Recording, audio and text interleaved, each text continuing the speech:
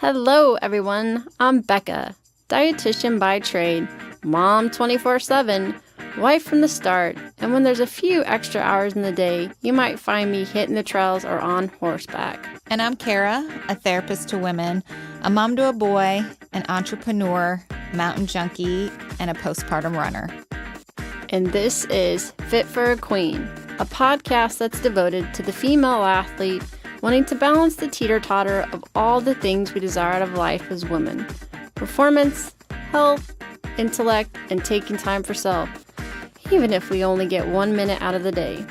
We're so excited to be bringing you the queens in the athletic world who have done just that. Okay, ladies, take a seat at your thrones, grab your crowns, and welcome to Fit for a Queen. Welcome back, queens. Today we've got Dr. Streno, who graduated from the University of Colorado at Boulder with a BA in psychology. After gaining experience at Children's Hospital Colorado working with eating disorders, as well as emotional and behavioral disorders, she attended the University of Denver and earned her master's in sport and performance psychology. Combining her own experiences as a competitive athlete and a strong desire to help those struggling with their own mental health, specifically eating disorders, she pursued her PsyD at the University of Denver. She completed her predoctoral internship at the University of Oklahoma, training within the Psychological Resources for Student Athletes Office and the University Counseling Center. As a primary therapist at EDCare, Dr. Streno places great importance on relationship building, an individual's previous experiences and strengths, and self-awareness. She aims to empower patients to become self-determined in taking action that aligns with their values. We've had that theme before.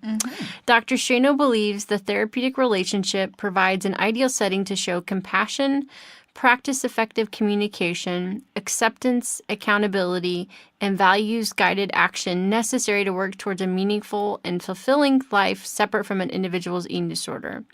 As a Colorado native, Dr. Streno enjoys spending time with her family and friends, cheering on the Broncos. We won't hold that against you. Traveling and being active outdoors. Welcome. Dr. Streno. A warm welcome to Chiefs country. Thank you. Excited to talk with you guys today. I'm really excited. We're happy to have you on. This transition out of sport is a hot topic, something we're both passionate about.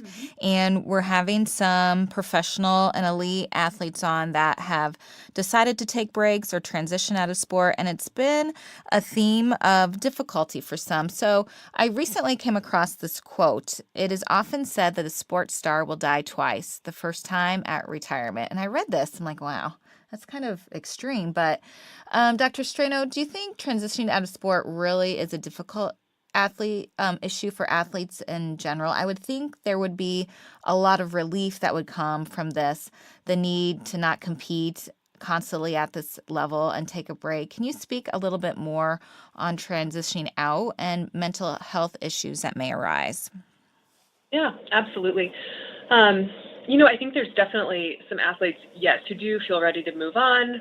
They have some sense of closure. Maybe they're expecting this and they're expecting this end to approach at some point. But unfortunately, I think very parallel with that quote that you read, unfortunately, this time period can absolutely feel like a part of them or at times their entire self is dying. And I think often student athletes or even professional athletes, as you mentioned earlier, aren't prepared for this type of change that can feel quite abrupt, I think unplanned, definitely just a foreign concept, and athletes feel really unable to cope, almost paralyzed in these moments. I think also, so many athletes have been in a familiar routine or structure that's really centered around sports since they were really young. They quite literally eat, sleep, and breathe sport, and their identity becomes so fused around the sport experience itself, and everything that's encompassed in that. So expectations and pressures from others, relationships, schedules, all of that, and this guide and what's given them direction for so long is gone, and they feel completely lost. So I do feel like a really significant part of their identity and of themselves for a lot of athletes does feel like it's gone. And I think, as I mentioned at the very beginning, I think and there's been some research. I know Yannick talks in one of his articles so much about the excitement for professional and familial and social domains and, a lot of experiences to come. But not everyone moves on that quickly, and I just don't think a lot of people talk about what can actually happen during that time, and how worrisome that is. I know, Kara, you mentioned what types of mental health issues that can arise, and I think those who really struggle lacking those healthy or adaptive ways to cope are the ones that we really see fall into some patterns that can be pretty concerning, and at times, warranting of higher level of care or more support and structure. I think we see just the adjustment period, mood states shifting. We see sense of hopelessness, just loss, that real grief with that transition out. Again, it was just such a big part of their life and their self-image.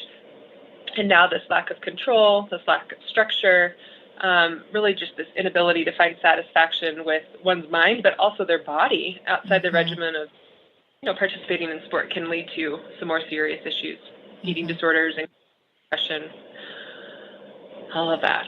Yeah, I think I talked about it in one of our first podcasts as being running and competitive at such a young age and deciding to leave my sport after my sophomore year of college. I remember thinking, like, I have no idea from, running since the 6th and 7th grade to 23, 24. I have no idea what my body will look like when I'm not competing.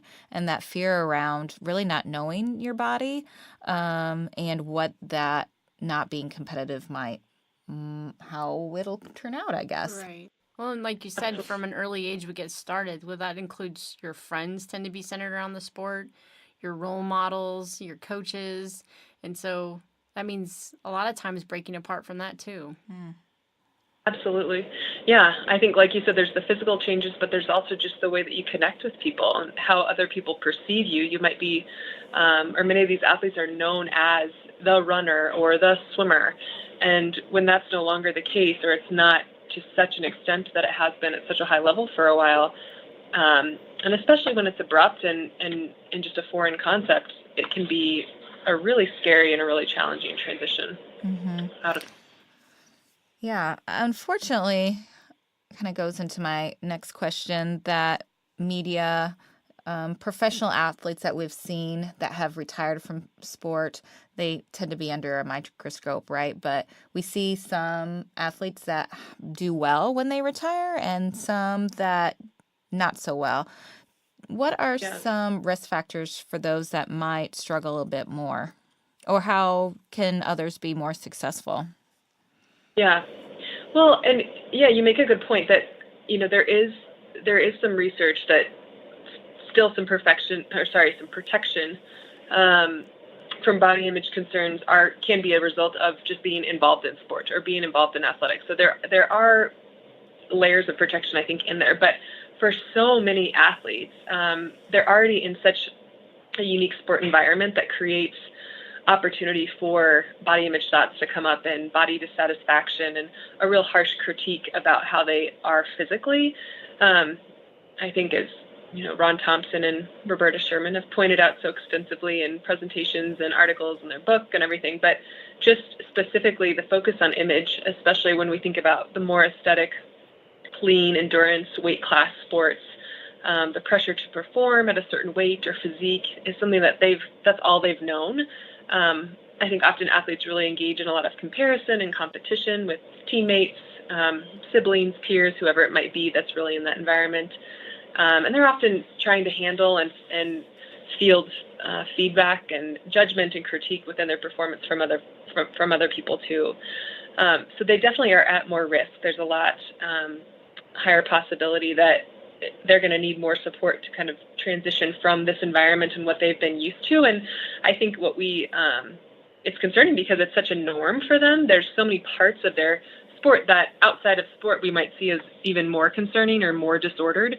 But the over-exercising and restricting at certain points in the season, maintaining a certain physique or certain weight or a certain appearance to perform at a certain level just feels like the norm because that's what they've seen. That's what's been going on around them.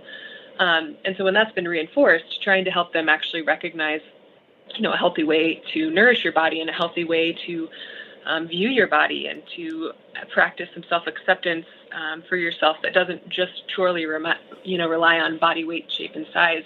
That's a long struggle for some and really lead to more maladaptive behaviors and patterns, and unfortunately some pretty serious medical complications and consequences if that long-term, engagement with behaviors continues. So, Mel, if somebody is struggling, how would you suggest they find some resources or help? Yeah. Oh, such a loaded question. I mean, oftentimes I feel like putting the onus on the individual to do something is so hard because they really aren't aware of what's actually happening. This is just something that they're kind of learning and experiencing as they're going. So I think, of course, asking, if they're aware and if they're, if they have some insight about the concern of what they're doing, I would absolutely recommend that they reach out for help, whether that's with family or, I know often sometimes just connection with the university that they were at before, any trainers or strength and conditioning coaches or therapists that they were working with, to get some referrals and some resources is helpful. But I so much think that in order to support these athletes that are struggling when they're transitioning out, it's kind of on us as clinicians in the field and really advocates for helping them maintain, or not even maintain, but find a healthy body image and help to relearn how to fuel their body in the right way. So I think it's really on us to educate the people who are working with these athletes prior to the transition and making sure that all the resources and support resources are available for them before that transition happens. Because I think we're just delaying the inevitable because we have concrete evidence. I think you guys have spoken to a couple people who have experienced it themselves as well, that we know this is happening. And so not turning a blind eye, but trying to address it before it actually starts to play out. I think also something can be helpful. Sorry, I just interrupted you. No, go Mel. No, one last thing I was just going to say, I think in regards to what a person who's struggling could do too is any connection with somebody who really gets it because they've gone through it or are just going through it also can be helpful. So connecting them with those, maybe other athletes who have gone through that type of transition or have had similar experiences can also be really helpful, and just allowing them not to feel so alone and feeling like they're the only ones who, are really struggling in this domain or going through this new experience. Yeah, that's great, like a mentorship. So Absolutely. Do you think the sport world does a good job with these athletes that are transitioning? From what I think from, and you can absolutely. Sorry, we kind of put you on the spot with that one.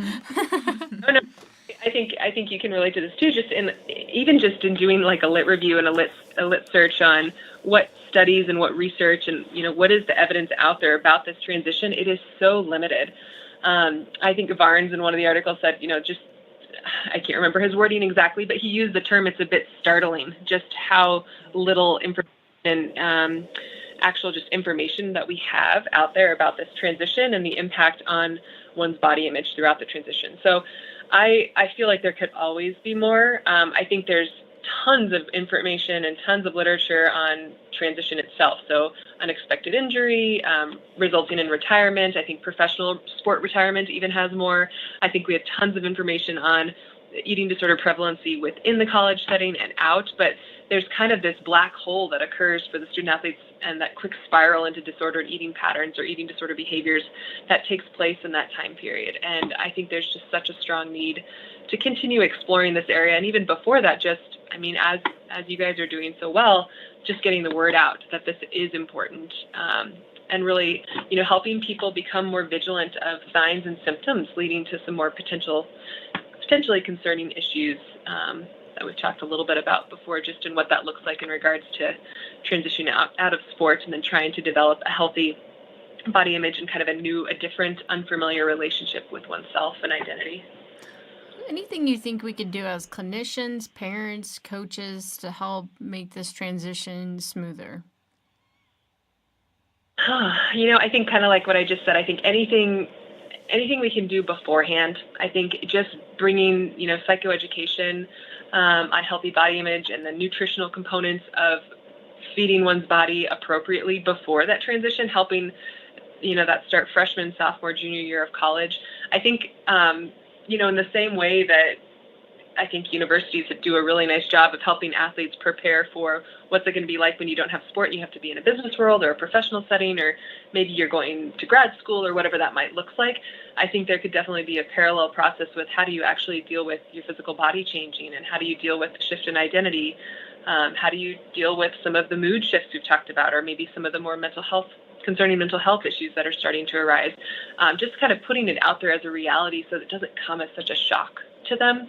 And I think that it's not just on universities or counseling centers. I think it's on parents, I think friends, outpatient teams, anybody who's really in contact and has some rapport and trust with that person, to where they feel like they could really make an impact and help, hopefully prevent something from spiraling out of control or getting worse than it would be without any support at all. Mm-hmm. So, thank you. Yeah. At the end of each interview, we like to ask our guests how they live the FIT philosophy. So, Mel, how do you continue to focus on performance, your health, improve intellect, and taking time for self? How do you find the balance out there in beautiful Denver, Colorado? Oh, that's a great question. Man, and honestly, something I'm still practicing. I think through trial and error every single day. I guess I'm a firm believer in practicing what I preach. So I think a lot of this really aligns with the way I encourage or try to help someone shift or change or try something new, in the environment I'm in every day. I think listening to my body and mind without judgment, trying to accept that critique, but also try to minimize that critique. Definitely acknowledging the importance of balancing quality and quantity. So really for me, recognizing warning signs of taking too much on. Reading, definitely, really intentionally time for this. Using my colleagues, mentors, friends, just for knowledge, guidance, insights, really keeping that community strong. Self-care is huge, so traveling, spending time with my family, hiking. I think all of this kind of helped definitely in the past when performing in a more athletic academic setting, but definitely now just in various roles, whether it's therapist or partner, family member, friend, colleague. I like that question though. That's awesome. Thanks. Yeah. Hence why we have the podcast called Fit for a Queen. Uh-huh. It's important, very important. We're always about, walking the walk and talking the talk. So this is why we put our guests on the spot, too, of how they're living it out. And it gives individuals some ideas of how they can do it, too. So we appreciate all of your information, Dr. Streno. Anything else you'd like to add that our viewers should know about kind of transitioning or what that looks like? No, I think kind of along that same line with kind of walking the walk. I think there's a huge component to just normalizing this experience for people. I think using our own experiences, I think, there are definitely elements of my own transition out of sports that I could absolutely relate to what I think we see a lot of people going through now and happening to now. And I think any sort of really genuine, authentic connection on that level is so helpful. So just normalizing that this is part of that transition, and these things are often going to come up, and what do we do in response? How do we react to it? Mm-hmm. I think that's probably definitely key in this process. I agree. We've been kind of putting other people's stories on social media. I think you're right, of talking about it more, sharing other stories. Again, making it a normalized conversation so others can reach out for help and the discussion can continue. So, Dr. Streno, thanks so much for being on Fit for a Queen. We so appreciate it. And have a great day out there. So much. I really appreciate it. Thanks for having me. Mm-hmm. Bye-bye. Have a good day. Bye, Queens. Thank you to our sponsor, EDCare. EDCare is one of the nation's foremost center for the diagnosis and treatment of eating disorders. They have provided PHP, IOP, and outpatient care for all genders 18 and older since 2001. CAMSA, which stands for Connection, Acceptance, Mindfulness, Sense of Self, and Action, is EDCare's mindfulness-based treatment approach that is incorporated into each individualized treatment plan. Facilities are located in Colorado and Kansas. All treatment is supported by master's level clinicians or higher. EDCare Denver offers specialty tracks for binge eating disorder, and substance abuse, as well as the elite athlete track under the guidance of Dr. Melissa Streno, sports psychologist. Affordable housing options are available in Denver and Kansas City.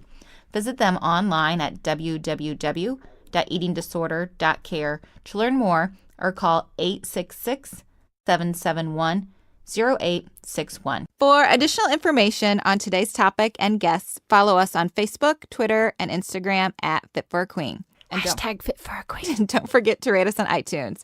We can't wait for you to join us next time on Fit for a Queen. Bye, Queens.